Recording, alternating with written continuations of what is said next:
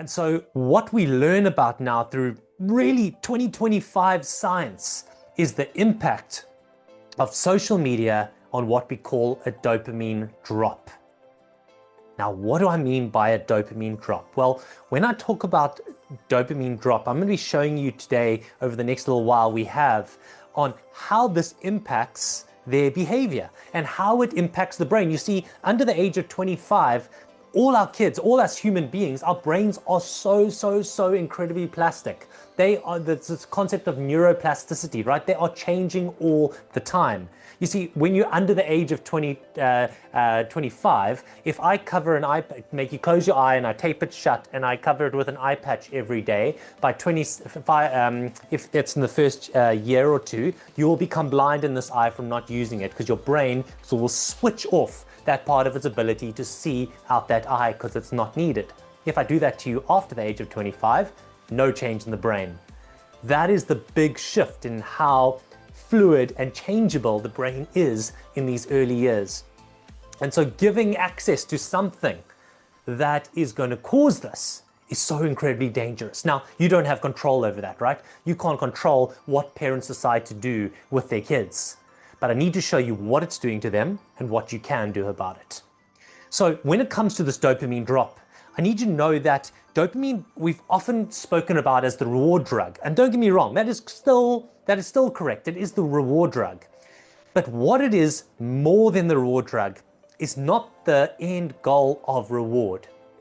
It is actually the anticipation of or the desire of the pleasure we would feel in that reward moment. And let me ask you this question. Have you ever worked hard to achieve something? You've received it, and straight after that phenomenal moment, you just feel low. You just feel flat. And you think, you're like, I did all of that, and now? And that is a dopamine drop. And that can be linked to the use of drugs.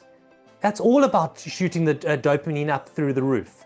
You've got, I think it's a 400% sudden spike in dopamine when we have people using narcotics like cocaine through the ceiling. But guess what happens? Do we go back to standard level? No, we don't go back to our baseline. We drop far below. And now we feel like the world has ended. How do we get back up? And here's the thing. Social media is doing exactly the same thing. You see these instant hits of dopamine, like TikTok videos, these shorts, these Instagrams, etc. What it does is it conditions our brain to short, fast, quick, fun bits of stimulation where we feel this glowing feeling for a moment and then it's gone.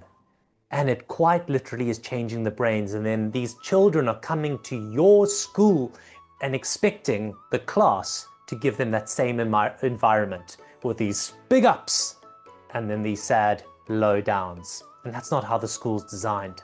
You see, this leads to your kids in class feeling like they just don't like the hard work of working slowly, putting a lot of effort in.